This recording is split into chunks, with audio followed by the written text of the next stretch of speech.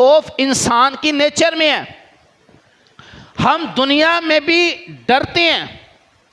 مثال کے طور پر اگر ڈاکٹر آپ سے کہے، کوئی جناب طبیب آپ سے کہے، ماہر نفسیات آپ سے کہے، جناب ایک ماہر غذا آپ سے کہتا ہے کہ فلاں چیز کھاؤ آپ کو فائدہ ہوگا، فلاں چیز کھاؤ آپ کو فائدہ ہوگا.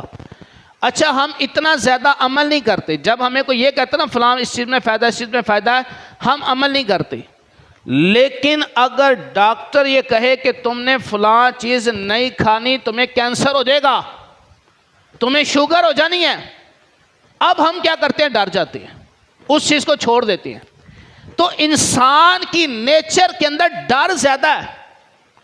اگر آپ کو کہیں یہ کام کرو بڑا فائدہ ہوگا تو شاید آپ کریں نہ کریں، لیکن اگر آپ کو کہیں بھی یہ کام اگر کیا تو یہ سزا ہوگی تو انسان ڈر جاتا ہے. انسان کی نیچر کیا؟ ڈرنا.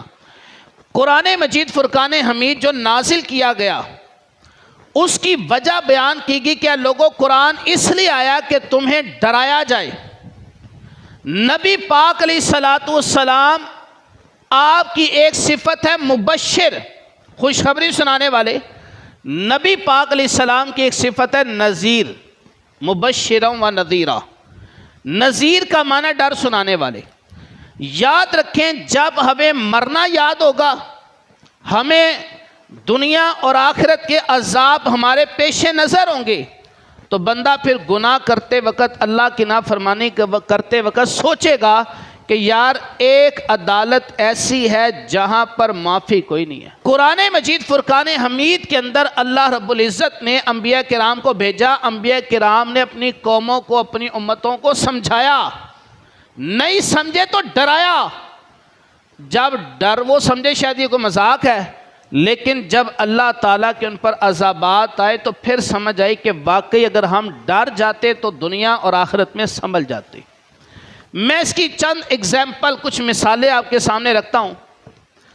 حضرت نوح علیہ الصلوۃ والسلام آپ دنیا میں تشریف لائے، 950 سال آپ نے تبلیغ فرمائی. کتنے سال؟ 950 سال تبلیغ فرمائی. اور کتنے لوگ ایمان لائے؟ تقریباً 80 کے قریب افراد ایمان لائے، بقیہ لوگ ایمان نہیں لائے. حضرت نوح علیہ السلام نے فرمایا انی لکم رسول امین فاتقوا اللہ واطیعون. آپ نے فرمایا میں اللہ کی طرف سے ایک امانت دار رسول بن کر آیا ہوں.